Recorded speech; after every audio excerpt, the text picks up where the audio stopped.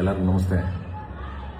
ಯಾರಿಗೂ ಆಗಲಿ ಯಾರಿಗೇ ಆಗಲಿ ಯಾವುದೇ ಉದ್ದೇಶಗಳಿಂದ ಯಾರು ಏನು ಇದು ಮಾಡಲೇಬೇಕು ಅಂತ ಯಾರು ತಪ್ಪು ಮಾಡಲ್ಲ.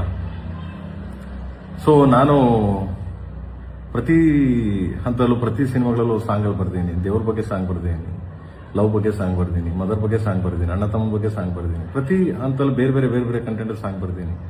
ತುಂಬ ಪ್ರೀತಿ, ತುಂಬ ಪ್ರೋತ್ಸಾಹಿಸಿ ನನ್ನ ಈ ರೇಂಜ್ಗೆ ತಗೊಂಬಂದು ನಾನು ಎಲ್ಲರೂ ನನ್ನ ಸಾಂಗ್ಗಳ ಪ್ರೀತಿಯಿಂದ ಕೇಳಿ ಗೆಲ್ಸಿದ್ದೀರಾ. ಪ್ರೇಮ್ ಸಿನಿಮಾ ಬರ್ತದೆ ಅಂತಂದ್ರೆ ಏನು ಸಾಂಗ್ ಜೋರಾಗಿ ಮಾಡಿರ್ತಾನೆ ಅನ್ನೋದು ತುಂಬ ಕುತೂಹಲ ಇಟ್ಕೊಂಡು ತುಂಬ ಅದರಿಂದ ಕಾಯ್ತಿರ್ತೀರಾ. ಸೊ ಅದಕ್ಕೆಲ್ಲ ನಾನು ಯಾವಾಗಲೂ ನನ್ನ ಕೊನೆ ಉಸಿರಿರೋರು ನಿಮ್ಗೆ ಚಿರುಣೆ ಆಗಿರ್ತೀನಿ. ಬಟ್ ಈ ಸಾಂಗ್ ಬರೆದಾಗ ನಾನು ನನ್ನ ದೃಷ್ಟಿಕೋನದಲ್ಲಿ ನಾನು ಬರೆದೆ. ಒಂದು ಬಾಟ್ಲು, ಒಂದು ಉಪ್ಪಿನಕಾಯಿ, ಸೊ ಇದನ್ನ ಕಂಟೆಂಟ್ ಇಟ್ಕೊಂಡು ನಾನು ಬರೆದೆ. ಒಂದು ವರ್ಡ್ನ ತೆಗೆದು ಹಿಂದೆ ಹಾಕ್ಬೋದಾಗಿತ್ತು, ಬಾಟಲ್ನ ಮೇಲೆ ಎತ್ತಿ ಅಂತ ಹಾಕ್ಬೋದಾಗಿತ್ತು. ನನಗೆ ಕುತೂಹಲ ಇರಲಿ ಅಂತ ತಗೊಂಬಂದಲ್ಲಿ ಎಂಡಲ್ ಆಗ್ತೆ. ಯಾಕೆ ಕುತೂಹಲ ಇರಲಿ ಅಂದರೆ, ಒಂದು ಸಾಹಿತ್ಯ ರಚನೆ ಮಾಡಬೇಕಾದ್ರೆ ಒಬ್ಬ ಸಾಹಿತಿ ಹಂಗೂ ಮಾಡ್ಬೋದು ಹೀಗೂ ಮಾಡ್ಬೋದು ಅಂತ, ಅದನ್ನು ನಾನು ಒಲಗರ ರೀತಿಯಲ್ಲಾಗಲಿ ಬೇರೆ ಯಾರಿಗಾರು ನೋಯಿಸ್ಬೇಕು ಅಂತ ಆಗಲಿ, ಯಾರಿಗೂ ತೊಂದರೆ ಕೊಡಬೇಕು ಅಂತಾನೆ ಆಗಲಿ ಯಾವ ಉದ್ದೇಶಕ್ಕೂ ಮಾಡ್ದೋನಲ್ಲ ನಾನು. ಯಾಕಂದ್ರೆ ಇವತ್ತಿನವಾಗ ನಾನು ಮಾಡಿಲ್ಲ, ನಂಗೆ ಸಾಯೋವರೆಗೂ ನಾನು ಮಾಡೋದು ಇಲ್ಲ, ನನಗೆ ಅದು ಅವಶ್ಯಕತೆನೂ ಇಲ್ಲ ನನಗೆ. ಸೊ ಇದರಿಂದ ಸುಮಾರು ಜನಕ್ಕೆ ಅದು ಯಾವ ದಿಕ್ಕಲ್ಲಿ ಅದನ್ನು ಅರ್ಥ ಮಾಡ್ಕೊಂಡಿದ್ದಾರೋ, ಸೊ ನನಗದು ಗೊತ್ತಿಲ್ಲ. ನನ್ನ ಅರ್ಥದ ಪ್ರಕಾರ ನನ್ನ ಬರೀಬೇಕಾದ್ರೆ ನಾನು ಈ ಅರ್ಥದಲ್ಲಿ ಅದನ್ನ ಹೇಳಿದೆ. ನಾನು ಮೀಡಿಯಾ ಮುಂದೆನೂ ಅದನ್ನ ಹೇಳಿದೆ. ನಾನು ಆದರೂ ತುಂಬ ಜನ ನನ್ನ ಪ್ರೀತಿ ಮಾಡೋರು, ನನ್ನ ತುಂಬ ಹೃದಯ ಕತ್ತರುವಂಥದ್ದಾಗೋರು, ನನ್ನ ಫ್ಯಾನ್ಸ್ಗಳಾಗಲಿ, ನನ್ನ ಫ್ಯಾಮಿಲಿ ಆಗಲಿ, ಯಾರು ಎಲ್ಲರೂ ನಾನು ತುಂಬ ಪ್ರೀತಿ ಮಾಡೋರು. ಸೊ ಕೆಲವ್ರಿಗದು ಹರ್ಟ್ ಆಗಿರ್ಬೋದು, ಕೆಲವ್ರಿಗದು ನನ್ನಿಂದ ಪ್ರೇಮ್ ಈ ಥರನ, ಪ್ರೇಮ್ ಹಿಂಗೂ ಬರೀತಾನ ಅಂತ ಕೆಲವರೆಲ್ಲ ಕೇಳಿದ್ರು. ಸೊ ನಾನು ಒಬ್ಬ ಸಾಹಿತ್ಯ ಆದಮೇಲೆ ಸಾಹಿತ್ಯ ರಚನೆ ಮಾಡ್ಬೇಕಾದ್ರೆ ಹಾಗೂ ಬರೀಬೇಕು, ಹೀಗೂ ಬರೀಬೇಕು, ಎಲ್ಲ ಥರ ಬರೀಬೇಕು. ಬಟ್ ಹಂಗನ್ಬಿಟ್ಟು ಕೀಳು ಭಾವನೆಯಲ್ಲಿ ಯಾರ್ದು ಕೀಳು ಮಟ್ಟದ ಸಾಹಿತ್ಯಗಳನ್ನ ಬರೀಬಾರ್ದು. ಬಟ್ ಇದನ್ನು ನನ್ನ ದೃಷ್ಟಿಕೋನದಲ್ಲಿ ನಾನು ಬಾಟಲ್, ಉಪ್ಪಿನಕಾಯಿ ನಿಮ್ಗೆ ಅವಾಗಲೇ ಹೇಳಿದೆ ನಾನು. ಸೊ ಬಾಟಲ್ನ ಮೇಲೆ ಎತ್ತಿ ತೊಟ್ಟಿಗೆ ತಂಗೊಳಗೆ ಇಳಿಸಿದ ದಿಸ್ ಇಸ್ ಅ ಬಾಟಲ್ ಅದು. ಸೊ ಅದನ್ನ ಬೇರೆ ಬೇರೆ ಅರ್ಥದಲ್ಲಿ ಕಲ್ಪನೆ ಮಾಡ್ಕೊಂಡ್ರು, ಬೇರೆ ಬೇರೆ ಅರ್ಥದಲ್ಲಿ ಇದು ಮಾಡ್ಕೊಂಡು ನನ್ನ ಫ್ಯಾಮಿಲಿನ ನನ್ನ ಕೆಟ್ಟ ಅಬ್ಯೂಸ್ ಮಾಡ್ಕೊಂಡು ತುಂಬ ಲೈಕ್ಸು ಕಾಮೆಂಟ್ಸ್ಗೋಸ್ಕರ ಮಾಡ್ತಾ ಇದ್ದೀರಾ. ಎನಿವೆ ಥ್ಯಾಂಕ್ಸ್, ಅವ್ರಿಗೆಲ್ಲ ಒಳ್ಳೇದಾಗಲಿ. ಯಾರ್ಯಾರು ನನ್ನ ಕಾಲು ಎಳಿಬೇಕು, ನನ್ನ ಬಗ್ಗೆ ಕೀಳಾಗಿ ಮಾತಾಡಬೇಕು ಅನ್ನೋದೆಲ್ಲ, ಸೊ ಅದು ನಿಮಗೆ ಬಿಟ್ಟಿದ್ದು.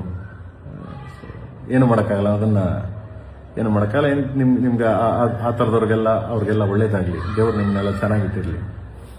ನಾನು ಯಾರಿಗೂ ಈ ಸಾಂಗ್ ಬರೆದಿದ್ದು ಯಾರಿಗೂ ನೋಯಿಸ್ಬೇಕು, ಯಾರಿಗೂ ಹರ್ಟ್ ಮಾಡಬೇಕು, ಯಾರಿಗೂ ತೊಂದರೆ ಕೊಡಬೇಕು ಅಂತೇನು ನನಗೆ ಅವಶ್ಯಕತೆ ಇಲ್ಲ. ಹಂಗೇನಾದರೂ ನಿಮ್ಗಳಿಗೆ ಹರ್ಟ್ ಆಗಿದ್ರೆ, ಹಂಗೇನಾದರೂ ನಿಮ್ಗಳಿಗೆ ನನ್ನಿಂದ ನೋವಾಗಿದ್ರೆ, ಸೊ ಕ್ಷಮೆ ಇರಲಿ, ಕ್ಷಮಿಸಿ ಅಂತ ಕೇಳ್ತೀನಿ ಎಲ್ಲರಿಗೂ. ಅಂಡ್ ಯಾಕಂದ್ರೆ ನಾನು ಕ್ಷಮೆ ಕೇಳೋದು ತಪ್ಪೇನಿಲ್ಲ ನನಗೆ. ಏನಕ್ಕೆ ಇನ್ನೊಬ್ರಿಗೆ ಹರ್ಟ್ ಮಾಡಿ ಅದರ ಮೇಲೆ ನಾನು ಹೋಗಿ ಜೀವನ ಮಾಡೋದಾಗ್ಲಿ, ಅದರ ಮೇಲೆ ನಾನು ಹೋಗಿ ಇನ್ನೊಂದು ಕೋಟೆ ಕಟ್ಟೋದಾಗ್ಲಿ ನನಗೆ ಅವಶ್ಯಕತೆನೇ ಇಲ್ಲ. ಯಾಕಂದ್ರೆ ನೀವಿದ್ರೆ ನಾನು, ಸೊ ನೀವೆಲ್ಲ ಸಪೋರ್ಟ್ ಮಾಡೋದ್ರಿಂದ ನಾನು, ಸೊ ಅದರಿಂದ. ಅಂಡ್ ಆ ಸಾಂಗು ಅಷ್ಟೇ, ಯಾರಿಗಾದ್ರೂ ಹರ್ಟು, ನೋವು, ತೊಂದರೆ ಯಾರಿಗಾದ್ರೂ ಹಂಗೆ ಆಗಿದ್ದಲ್ಲಿ ನಾನು ಮತ್ತೆ ಸಾಂಗ್ನ ರೀರೈಟ್ ಮಾಡ್ತೀನಿ. ಓಕೆ, ಮತ್ತೆ ರೀರೈಟ್ ಮಾಡ್ತೀನಿ.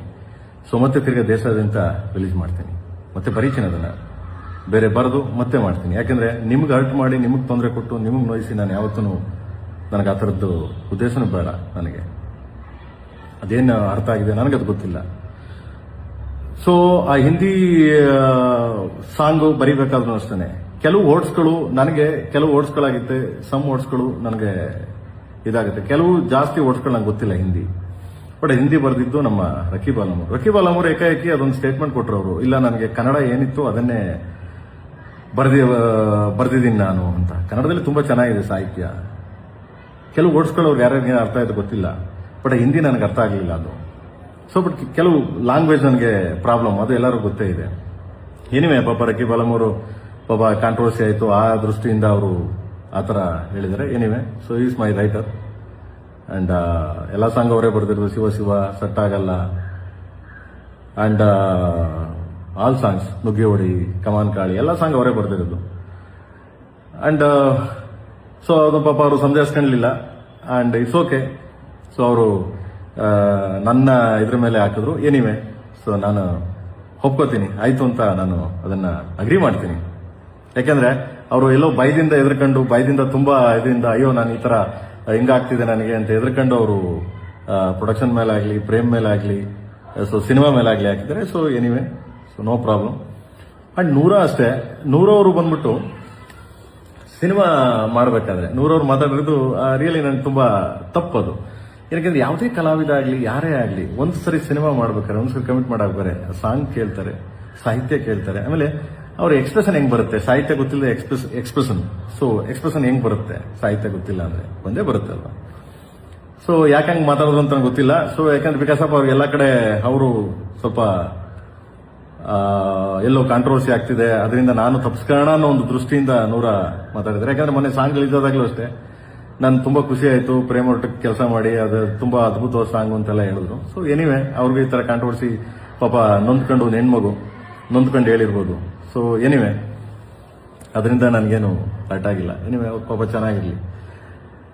ಅಂಡ್ ಸೊ ಈ ಸಾಂಗ್ನ ನಾನು ಮತ್ತೆ ರೀರೈಟ್ ಮಾಡಿ ನಿಮ್ಗೆ ಯಾರಿಗೂ ತೊಂದರೆ ಆಗ್ದಂಗೆ, ನಿಮ್ಗೆ ಯಾರಿಗೂ ಹರ್ಟ್ ಆಗ್ದಂಗೆ, ಸೊ ಮತ್ತೆ ಇದನ್ನ ಅಪ್ಲೋಡ್ ಮಾಡ್ತೀನಿ. ಓಕೆ. ಅಂಡ್ ಯಾರಿಗಾದ್ರೂ ನಿಮ್ಗೆ ಹರ್ಟ್ ಆಗಿದ್ರೆ, ಸೊ ಯಾರಿಗಾದ್ರೂ ನನ್ನಿಂದ ನಿಮ್ಗೆ ತೊಂದರೆ ಆಗಿದ್ರೆ, ನನ್ನಿಂದ ನಿಮ್ಗೆ ನೋವಾಗಿದ್ರೆ, ಸೊ ಕ್ಷಮೆ ಇರಲಿ. ನನ್ನ ಕಡೆಯಿಂದ, ನನ್ನ KD ಟೀಮ್ ಕಡೆಯಿಂದ ಹಾಗೂ KVN ಪ್ರೊಡಕ್ಷನ್ ಕಡೆಯಿಂದನೂ ನಾನು ನಿಮ್ಗಳಿಗೆಲ್ಲ ಕ್ಷಮೆ ಕೇಳ್ತೀನಿ. And thank you. ಅತಿ ಶೀಘ್ರದಲ್ಲೇ ಅದನ್ನು ಬೇರೆ ಚೇಂಜ್ ಮಾಡಿ ಸೊ ಅಪ್ಲೋಡ್ ಮಾಡ್ತೀನಿ. Thank you. ಅಂಡ್ ಎಲ್ಲರಿಗೂ ಯುಗಾದಿ ಹಬ್ಬದ ಶುಭಾಶಯಗಳು. ಸೊ ಚೆನ್ನಾಗಿರಿ, ಖುಷಿಯಿಂದಿರಿ. So God bless you. Thank you.